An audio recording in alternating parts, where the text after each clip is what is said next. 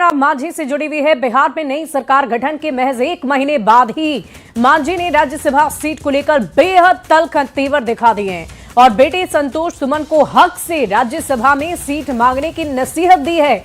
इतना ही नहीं, मांझी ने हम के राष्ट्रीय अध्यक्ष संतोष सुमन को सुझाव दिया है कि वो एनडीए के बड़े नेताओं पर दबाव बनाए रखे, हमको राज्यसभा की एक सीट दें, नहीं तो वे बिहार में मंत्री पद छोड़कर एनडीए से अलग होने का अल्टीमेटम दें। गया जी में हम के कार्यक्रम में जीतन राम मांझी ने सार्वजनिक मंच से संतोष सुमन को यानी अपने पुत्र को ये नसीहत दी है। पार्टी को चलाने और मान्यता दिलाने के लिए वो हर कोशिश करें, एनडीए के सामने मजबूती से अपनी बात रखें। मांझी ने कहा कि 2024 के चुनाव में भी बीजेपी ने जो वादा किया उसे पूरा नहीं किया और विधानसभा चुनाव में हम के साथ बेईमानी की गई। मांझी ने संतोष सुमन को पार्टी चलाने के लिए दूसरे विधायक और सांसदों की तरह वसूली करने का भी सार्वजनिक मंच से सुझाव देकर सबको हैरान कर दिया है। थोड़ा सा चौड़ा और मोटा और मजबूत करने की जरूरत हो। लड़ा बोला, हमार बात न जाए थे प्रशासन में, न जाए थे लोग के बीच में, बतावा ना। कहल गेल हल कि तोरा 2 लोकसभा सीट देवो, आज राज्यसभा सीट देवो।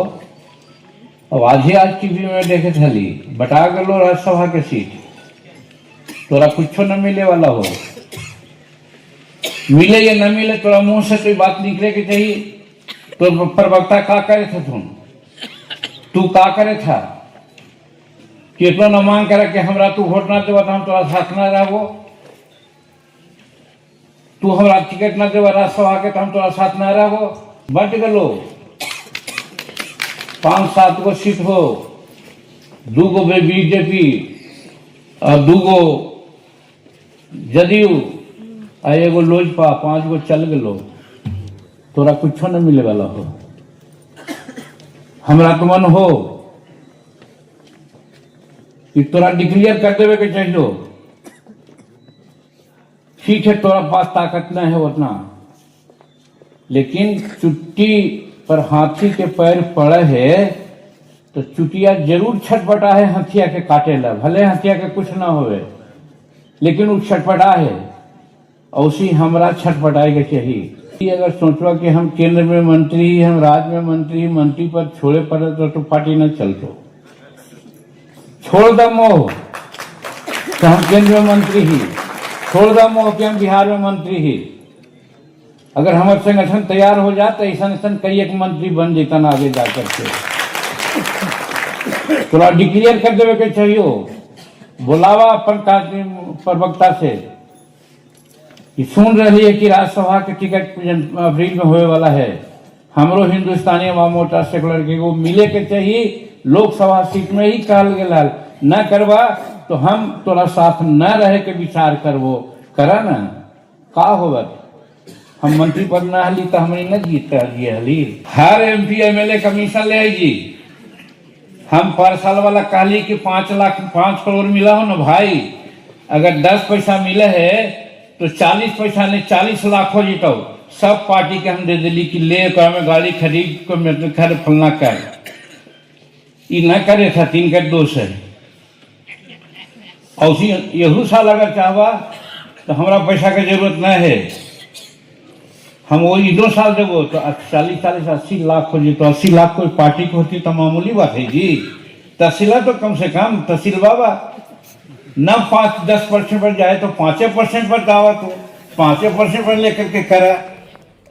और देखिए, राज्यसभा के चुनाव में हम की दावेदारी को लेकर जिस तरह से जीतन राम मांझी ने अपने बेटे को नसीहत दी है, उस पर अब बिहार बीजेपी के पूर्व अध्यक्ष और साथ ही साथ उद्योग मंत्री दिलीप जायसवाल का बड़ा बयान आया है। जायसवाल ने कहा है कि जीतन राम मांझी एनडीए के एक मजबूत साथी है और मांझी हर हकीकत को समझते हैं। और मांझी के इस बयान को जायसवाल ने सिर्फ मीडिया के लिए मसाला बताया है। बाकी जीतन राम मांझी एनडीए घटक दल के अभिभावक हैं। केंद्रीय मंत्री जीतन राम मांझी ने राज्यसभा और कमीशन को लेकर बयान दिया है। बिहार सरकार के मंत्री डॉक्टर दिलीप जायसवाल हमारे साथ हैं। जिस तरीके से मांझी जी ने एक बयान दिया है कि राज्यसभा लो नहीं तो मंत्री पद छोड़ दो अपने बेटे को, और साथ ही कमीशन पर भी उनके जो बयान आए हैं, क्या कहेंगे आप? देखिए, जीतन राम मांझी जी एनडीए घटक दल के एक महत्वपूर्ण नेता हैं और वो सदैव चाहते हैं कि एनडीए घटक जो है मजबूती के साथ आगे बढ़े। जीतन राम मांझी जी को मालूम है कि राज्यसभा सदस्य और किस चीज़ के लिए कैसे क्या जो है पालन किया जाता है। तो जीतन राम मांझी जी हो सकता है कि तो आपको मीडिया में मिर्च मसाला मिल गया, लेकिन सच्चाई ये है कि जीतन राम मांझी जी सभी हकीकत को समझते हैं और वो इलेक्शन के समय भी कभी कभी कुछ बातें रख देते हैं मीडिया के सामने, लेकिन उनके दिल में सदैव यही है कि एनडीए एक होकर, इंटैक्ट होकर मजबूत रहे। तो बिहार सरकार के मंत्री डॉक्टर दिलीप जायसवाल थे हमारे साथ, जिनका साफ तौर पे कहना था कि जीतन राम मांझी कुछ भी बयान दे देते हैं, इसका ये मतलब नहीं कि अंदर से सब कुछ ठीक ठाक नहीं है। एनडीए में एकजुटता है और सिर्फ ये बयानों का दौर है। विनीता मिश्रा, न्यूज़ 18 पटना। आपने ये वाक्य तो जरूर सुना होगा कि मौका है और दस्तूर भी। तो देखिए, सियासत का ये दस्तूर है और मौका। जब एक नेता ने कुछ अटपटा बोल दिया, विरोधी ने इसे लपक लिया, यानी कि उस मौके को ले लिया। मांझी के इस बयान पर सियासी बवाल तो मचना ही था, सो मच गया है।